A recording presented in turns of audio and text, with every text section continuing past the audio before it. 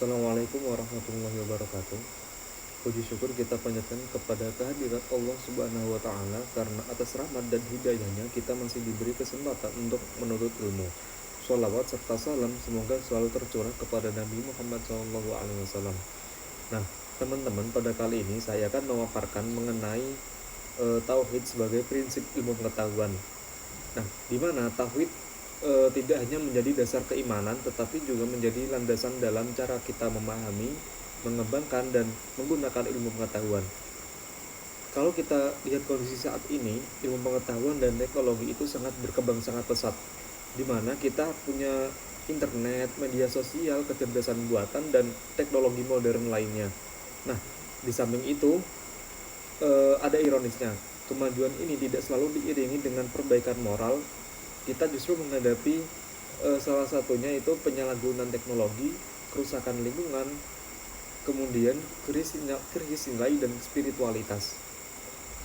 Semua hal ini terjadi karena ilmu pengetahuan modern sering dikembangkan dengan paradigma sekuler, yaitu memisahkan ilmu dari agama dan nilai moral.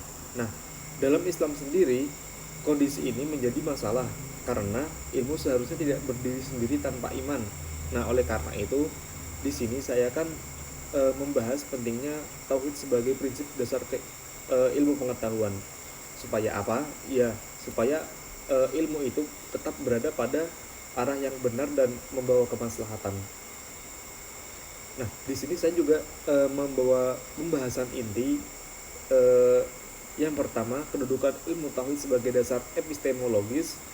Dalam epistemologis Islam, tauhid menempati posisi paling dasar. Tauhid bukan hanya mengajarkan bahwa Allah itu esa, tetapi juga menentukan bagaimana manusia memperoleh dan memahami ilmu. Dalam Islam, sumber ilmu ada 3. Yang pertama, wahyu sebagai pedoman nilai dan kebenaran. Kemudian yang kedua ada akal dan berpikir dan menganalisis. Kemudian yang ketiga, pengalaman empiris melalui pengamatan dan penelitian. Nah, ketiganya ini harus saling berjalan bersama. Berbeda dengan sains modern yang sering hanya mengandalkan empiris, Islam memandang bahwa ilmu tidak pernah netral, tapi selalu terikat nilai dan tanggung jawab moral. Contohnya, kita bisa mengambil contoh para ilmuwan muslim klasik seperti Ibnu Sina dan Ibnu Al-Haytham. Itu meneliti alam karena meyakini bahwa alam ini diciptakan Allah secara teratur dan sunatullah. Bagi mereka, meneliti alam bukan bertentangan dengan agama, tapi justru cara mengenal kebesaran Allah. Kemudian pengaruh tauhid terhadap etika dan tujuan ilmu. Prinsip tauhid sangat memengaruhi etika dan orientasi ilmu pengetahuan ya. Nah, dalam Islam ilmu adalah amanah. Artinya, ilmu harus digunakan untuk kebaikan, bukan untuk kerusakan. Nah, contoh yang sering kita lihat atau bisa kita ambil yaitu manipulasi data penelitian, kemudian teknologi digunakan untuk penipuan dan fitnah ini fitnah. Nah, ini terjadi karena ilmu dipisahkan dari kesadaran tauhid. Padahal tauhid mengajarkan bahwa setiap aktivitas ilmiah akan dipertanggungjawabkan di hadapan Allah. Sehingga seorang ilmuwan itu harus mempunyai sifat jujur, bertanggung jawab, dan peduli terhadap dampak ilmunya. Selain itu, tujuan ilmu dalam Islam bukan hanya kemajuan materi, tapi kemaslahatan manusia, keadilan sosial, dan kelestarian alam. Kemudian kita akan membahas integrasi ilmu tauhid dan ilmu empiris. Nah, di sini saya juga sedikit menekankan pentingnya integrasi antara ilmu tauhid dan ilmu empiris.